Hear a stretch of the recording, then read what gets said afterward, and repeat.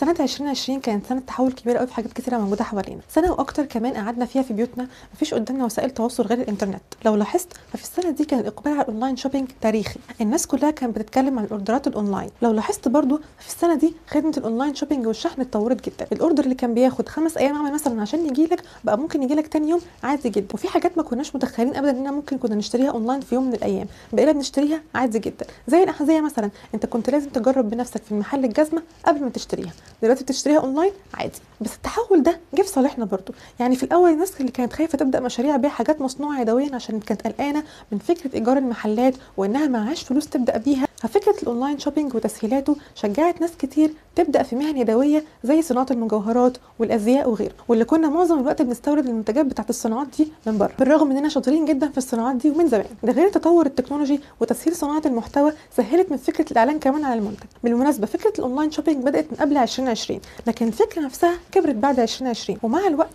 بدات تنتشر محلات اونلاين بتبيع منتجات مصريه 100% وبجوده حلوه جدا، وفي صناعه معينه بدات تنتشر بقوه من تاني بعد ما كنا اغلب الوقت بنستورد الصناعه دي من بلاد زي تركيا والصين. الصناعه اللي احنا شاطرين فيها جدا وبنشتغل فيها من زمان جدا، والصناعه اللي بكلمكم عليها هنا هي صناعه الاحذيه والحقائب، وهي موضوع حلقتنا النهارده. هنسلط الضوء في الحلقه دي على واحده من اقدم الحرف اليدويه الموجوده في مصر ومع رجوع انتشارها من تاني. فايه رايك لو حابب الموضوع اقول لك ازاي تبقى مصمم احذيه وحقائب وقد ايه المهنه دي جميله جدا ومش واخده حقها؟ وايه رايك لو اقول لك كمان على شويه حاجات كده تساعدك في البدايه لو انت حابب فكره ان يبقى عندك براند خاصه بيك وتبدا تشتغل حاجه بتحبها فعلا؟ وهل في كليه معينه تقدر تدخلها وتتخرج منها مصمم ازياء في العموم؟ ولو مفيش كليه ازاي تقدر تتعلم مهنه زي دي؟ فانا ده حسن لو اول مره تشوفني، ولو شفتني قبل كده وعجبك المحتوى ما تنساش تعمل لايك وسبسكرايب وفعل زر الجرس عشان يجيلك كل جديد. ويلا بينا. بص، انا عاوزاك تحط قاعده كده لاي حلقه بتتكلم عن صناعه اي حاجه في الدنيا، مجوهرات بقى، لبس، جزمه، شنطه، اي حاجه. القاعده دي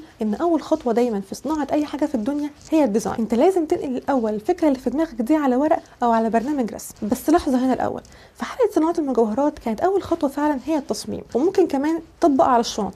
لكن في الاحذيه هل اول خطوه فعلا هي التصميم ولا في حاجه مهمه انت لازم تكون عارفها الاول؟ بص، هي ممكن تكون حاجه غريبه على مسامعك شويه، بس انت لازم تكون عارف تشريح الرجلين تركيبهم معقد جدا، بس انت لازم تكون عارف حاجه زي دي لان ده اللي هيفرق وانت بتصمم حاجه تريح رجلك او لا. يعني مثلا انا كنت زمان ما بيفرقش معايا خالص نوع الجزمه، طالما شكلها عاجبني خلاص. وقتها كنت بنزل الكليه كتير، فجت فتره رجلي دي كلها بقت متعوره وورمه، وقعدت في البيت حبه اصلا على ما رجلي تخف. كل ده كان بسبب ان انا كنت بحس بكل تفصيله تحت رجلي. بعد الموضوع ده قررت اجيب حاجه كويسه تريح رجلي فعلا، ولقيت فرق رهيب. انت ماشي مش حاسس بالارض، كانك ماشي على الهواء، فمفيش ضغط على رجليك خالص. وده السبب اللي بيخليك كمصمم احذيه تحط تشريح الرجل في الاعتبار. الرجل تتحرك دايما، طب لما تتحرك يبقى شكل الرجل عامل ازاي؟ بحيث تصمم حاجه تتناغم مع رجلك في كل حالاتها، بالذات لو بتصمم جزمه رياضيه كمان عشان تقلل اصابات الملاعب من كتر الجري والتنطيط اللي بيبقى مصاحب للرياضيين. نرجع بقى لخطوه التصميم. لو فاكر في حلقه تصميم المجوهرات كنت قايله لك ان الديزاين بيبقى مستوحى من حاجه معينه. في موضوع الاحذيه والشنط انت ممكن تلاقي الموضوع ده وممكن ما تلاقيهوش. يعني انت احيانا بتلاقي الجزمه او الشنطه عاديين جدا، ساده اصلا ما فيهمش فكره، هم شكلهم شيك بس ولونهم حلو. واحيانا لو فيهم الوان كتير ممكن تحس كده الالوان دي بتفكرك بحاجه مثلا في الطبيعه. هتلاقي الموضوع ده بالذات في الكوتشي او الشنط اللي بيبقى عليها طباعه معينه مثلا. انما لو جزمه سواريه سواء رجالي او نسائي هي شكلها شيك بس ممكن ما يكونش فيها فكره.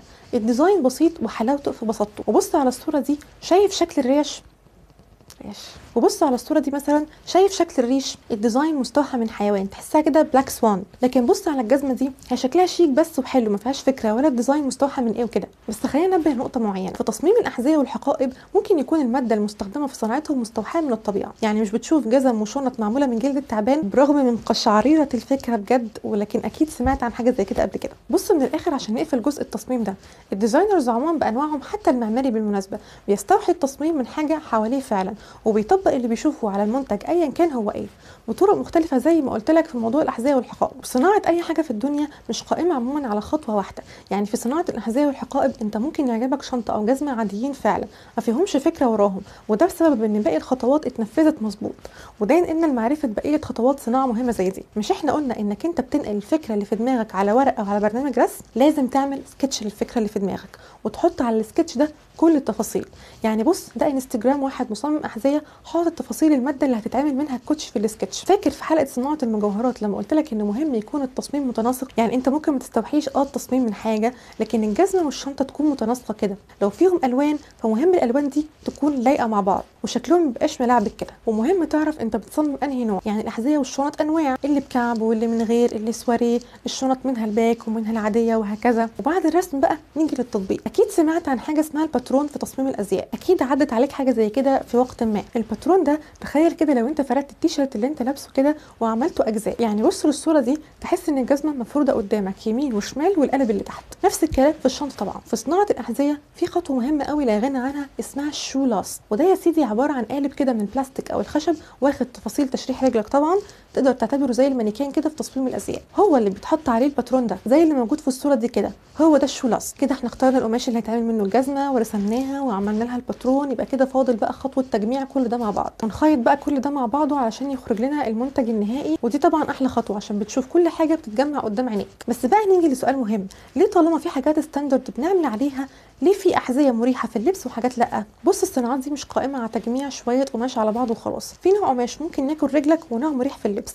القالب اللي بتدوس عليه مثلا بيمتص الصدمه الناتجه عن جريك او مشيك على الارض. ولو فاكر في اول حلقه انا قلت لك ان انت بتصمم حاجه مناسبه لشكل تشريح رجلك، وبتشوف لما تتحرك الجزمه هتتناغم مع الحركه دي ولا لا. في الشنط بقى احيانا بتلاقي شنطه قماشها خشن جدا بيتقشر او بيتقطع بسهوله، او خيطتها بتفك بسرعه مثلا، ممكن لو شلت فيها لابتوب تقيل الشنطه تتقطع. باختصار الموضوع مش عبثي، هو اشبه بالهندسه. انت في صناعه الاحذيه بتدرس رد فعل الارض على رجلك، وبناء عليه بتختار قماش وماتيريال معينه وحوار كده. الكلام ده بيحصل بالفعل في شركات صناعه احذيه كبيره زي اديداس. نيجي بقى لتعمل ايه علشان تبقى مصمم احذيه وحقائب؟ ممكن عن طريق الكليه، ممكن تخش كليه فنون تطبيقيه او فنون جميله، بيدرسوا كل الكلام ده وانواع الاقمشه وطرق معالجتها زي دباغه الجلود مثلا، وبيتعمقوا في تفاصيل التفاصيل زي طباعه الاقمشه والباترون وخطوه التجميع. بيدرسوا طبعا ازاي يرسم المنتج برسم ثنائي وثلاثي الابعاد. طب تعمل ايه لو ما لحقتش الكليه؟ في دلوقتي كورسات كتير قوي تتعلم منها الصناعه دي اونلاين واوفلاين. حاول تنقي كورس تعرف فيه ازاي ترسم بطريقه بروفيشنال فعلا مش اي كلام، انواع الاحذيه والشنط، انواع الاقمشه، طرق الطباعه والخياطه. حاول تنقي كورس قوي فعلا لا من اللي قلتهولك فوق واكتر كمان باذن الله. فالموضوع باذن الله مش مستحيل. حاول كمان تتعلم ازاي تسوق المنتج بتاعك، ازاي تنشره على مواقع التواصل الاجتماعي، ازاي تعمل براند للمنتج بتاعك. ولو انت في تجاره طبعا الكلام ده هيفيدك قوي لو عملت شيفت كارير للصناعه دي. يعني لو انت ما لحقتش كليه فنون تطبيقيه او فنون جميله ممكن تروح كليه تجاره تتعلم منها اساسيات البيزنس وتدمج الكليتين في بعض، وده هيبقى حاجه قويه ليك جدا باذن الله. ولو انت مش في تجاره فتعليم اساسيات التسويق للمنتجات كورساتهم برده موجوده كتير جدا، وما تقلقش الموضوع مش صعب خالص باذن الله. ناس كتير بدات ونجحت الحمد لله، ما تقلقش خالص. فبس كده، لو حبيت المجال قولي تحت في الكومنتات وقولي لي حابه اتكلم عن ايه تاني باذن الله.